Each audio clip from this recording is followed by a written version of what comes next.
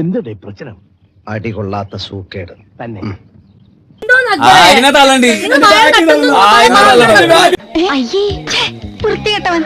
ചുമ്മാ ഇങ്ങനെയുണ്ടോ കള്ളന്മാര് ലോകത്ത്? നട്ടാ കുരുക്കഥ നുണകൾ പറയല ഇവന്റെ ഹോബി. എനിക്ക് ഫീൽ ചെയ്യുന്നത് എന്തോ എങ്ങനെ അതെയോ പൊട്ടും കളിക്കരുത് കേട്ടോ. നിൽക്കുന്ന പോലെ എനിക്ക് ഫീൽ ചെയ്യുന്നത്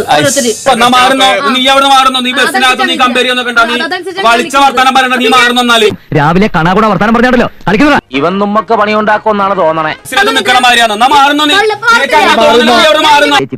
അതാണോ നിശ്ചയിക്കാം? അതേടി പോടീന്ന് പറഞ്ഞത് മനസ്സിലായില്ലേടി, കടന്നു പോടീന്ന്. എന്നെ വകുപ്പ് പഠിപ്പിക്കാൻ നീ ആരാടാ? നീ ഞരമ്പേ കളിക്കുമ്പോഴേ ഞാൻ പരമ്പേ കളിക്കുവാ.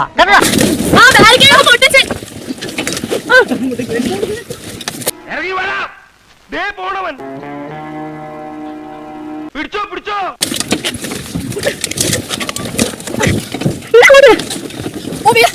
ശരിയല്ല, നീ ഇപ്പൊ ചെയ്ത് ഒട്ടും ശരിയല്ല. ഒരു മനസാക്ഷി സാധനം എനിക്കില്ല.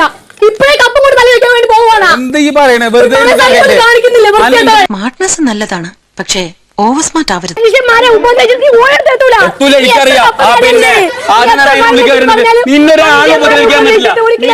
നീ എന്താ കളിക്കുക? ഞാൻ കാണിച്ചു തരാം. ചവിട്ടി കൂട്ടി ഞാൻ പമ്മി. ബ്ലഡ് വന്ന എനിക്കൊരു പ്രശ്നമില്ല. ഓരോ ഭാഗങ്ങൾ എനിക്ക് ഇടിച്ച് പഞ്ചറായിരിക്കായിരുന്നു ഇയാളുടെ വെയിറ്റ് കാരണം. വേദനിക്കുന്നു കേട്ടോ, മനസ്സ് വേദനിക്കണു.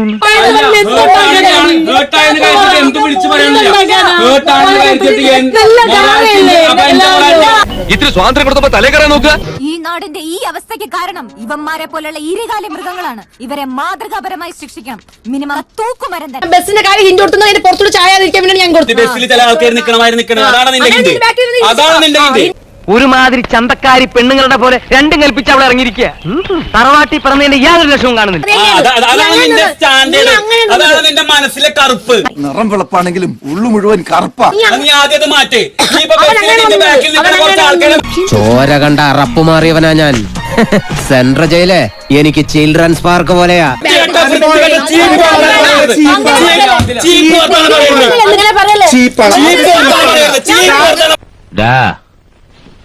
നീ എന്നെ അങ്ങനെ ഊതല്ലേ?